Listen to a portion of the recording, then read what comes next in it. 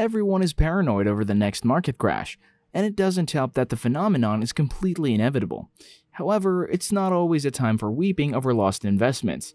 While most investors lose money during a market crash, there are some who come out with billions. We all know Michael Burry, who shorted the stock market in 2008 and made huge sums of returns. We also have George Soros, who earned $1 billion per day by shorting the British pound, and Andy Krieger, who made millions as the Kiwi crashed. Of course, Burry, Soros, and Krieger had specific strategies and mindsets paired with great investment styles, which paved the way for earning returns during a market crash. Lucky for you, in this video, we'll tell you how you can do the same. Hey, welcome to Stock Market Mate. In today's video, we'll talk about the 8 tips for making money in the next market crash. Before we get into it, make sure to subscribe to the channel and hit the notification bell to help us beat the YouTube algorithm. If you're done with that, then let's get right into it. Tip number 1. Follow a formula. Think about dollar cost averaging into and out of your positions, buying and selling at fixed rates, and setting amounts of money. When the market is in turmoil, the safest way to go on a buying spree is to dollar cost average your purchases. That means you should make purchases with a set dollar value at regular intervals, even when the market looks intimidating. Dollar cost averaging buffs out ups and downs of your average purchase price, often making it lower over the long term. Spreading your buyouts this way reduces your risk. This is because you won't be investing all of your money when the market is at a particular price point. Hopefully, that helps relieve you from the anxiety of seeing your stocks crushed. If you're investing through a workplace retirement plan, dollar cost averaging happens automatically. If you're investing on your own, whether that's in a taxable investment account or a tax-advantaged individual retirement account, your brokerage should have a feature for you to automate your contributions. Honestly, you're never going to be able to time the market. In fact, nobody can predict it accurately at all. So stick to a routine policy of regular share accumulation or liquidation. Tip number 2. Shorting selling stocks. Short selling is a trading or investment strategy that predicts a decline in the stock or other security's price. It's a tactical strategy that should be undertaken by seasoned investors or traders. We're sorry for the newbies out there, but short selling demands speculation, and this brings the substantial risk that's only best performed by experienced traders. To perform short selling, a position is opened by borrowing share of a stock or other assets that a certain investor believes will lower in value. After that, these borrowed shares are sold to buyers who are willing to pay the price. While the price continues to decline, traders can purchase these shares at a much lower price. This is the tactic that Michael Burry and George Soros used. Burry shorted subprime mortgage bonds, while Soros gained $1 billion daily by shorting the British pound. The risk of loss on a short sale is theoretically unlimited since the price of any asset can continue to increase. This strategy demands much experience because if you short sell with a missed speculation, you will have to purchase the shares back at a bigger price, which is a major loss. There's no ceiling for a stock's price, meaning it can rise for infinity. Even if all goes well, traders still need to figure in the cost of the margin interest when calculating their profits. That being said, that's one way you can make money in a market crash. It's by shorting certain individual stocks. Tip number 3. Buy into good businesses. Before making a purchase, a good investor must assess whether or not the business is of high quality. In an interview by Peter Lynch, he used Taco Bell as a good business example.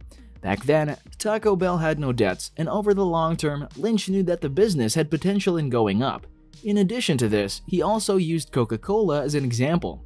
Because the business was of high quality, Lynch knew that it would thrive. To benefit in a market crash, try to buy shares of good businesses that generate real profits and attractive returns on equity. Have low to moderate debt-equity ratios, improve gross profit margins, have shareholder-friendly management, and have at least some franchise value. Tip number 4. Go shopping during a market crash. A market crash actually creates opportunities, especially for savvy investors. However, you should remember that the goal of investing is to buy low and sell high. Buying low and selling high is never as simple as it sounds, because it isn't always clear what low and high are. However, if you're committed to putting money into the market steadily over time, a market crash will help you buy more stocks at lower prices. Most beginner investors do the opposite when the market crashes, and they tend to panic and sell their shares on the bottom of a crash and might even give up on the stock market entirely. Warren Buffett calls this emotional investing. This is a great opportunity for investors who don't invest with their emotions, but rather invest with facts. Let's take Warren Buffett for example. He was very careful about his purchases and only bought bonds. However, after the crash in 2009, Buffett went all out on buying stocks. This all paid off, of course. Other long-term investors had the same story too. In time, you'll know how to ride out the highs and lows of the market, and soon enough, you'll realize that a market crash is actually a great opportunity to buy more stocks at a much cheaper price. New investors can apply this strategy by focusing on high-quality stocks and diversifying their portfolios. So if you want to profit during a market crash, remember that the best time to purchase stocks is when there is a market crash. Tip number 5. Reinvest your dividends. A market crash can be a good time to consider letting dividends determine your investment choices. Many companies share their profits with shareholders through a small dividend yield annually, a bit like how banks pay interest to savings account holders. While dividends aren't guaranteed and they aren't fully stable, companies that share dividends tend to be more mature and their share prices are less volatile. As long as their dividend is paid out, there will always be returns. This means dividend investing can be a smart move during a market crash when share prices and returns may otherwise be falling. Reinvest your dividends, because it will supercharge your dollar-cost averaging program.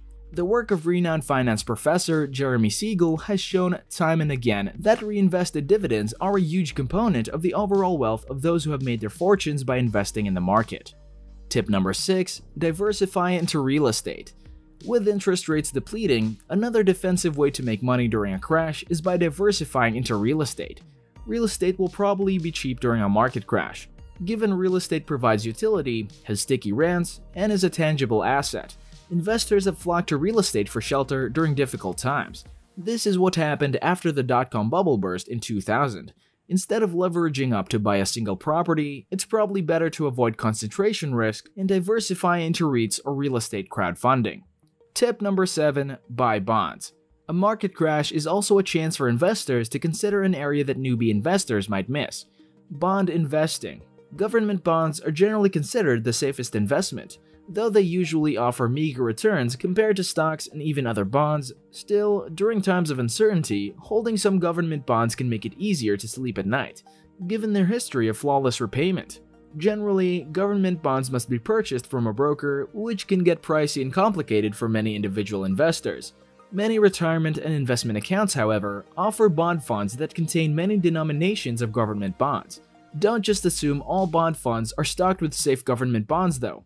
Some also contain corporate bonds, which are riskier. Tip number 8. Watch out for fees. Keep your costs low. In 2018, the average management fee for actively managed mutual funds was 0.67%. An index fund alternatively just buys and holds a basket of stocks established to mirror an index, and most often the S&P 500 or the Dow Jones Industrial Average. With almost no maintenance expenses, a low-cost mutual fund or ETF could cost a mere 0.10% of assets per year or $100 for every $100,000 you have invested. Most investors don't realize the importance of fees, because the money is automatically deducted from the mutual fund itself. In other words, they don't have to write a check, so it's a case of out of sight, out of mind. During a market crash, every bit you can save in fees will compound your ability to survive the downturn. There's no sure bet for every stock market crash. However, with these rules, you might have a shot on hitting it big. If you enjoyed this video, consider subscribing to our channel for more. Thanks for watching, and we'll see you on the next one. If you enjoyed this video, you're going to want to watch one of these two videos right here. Enjoy!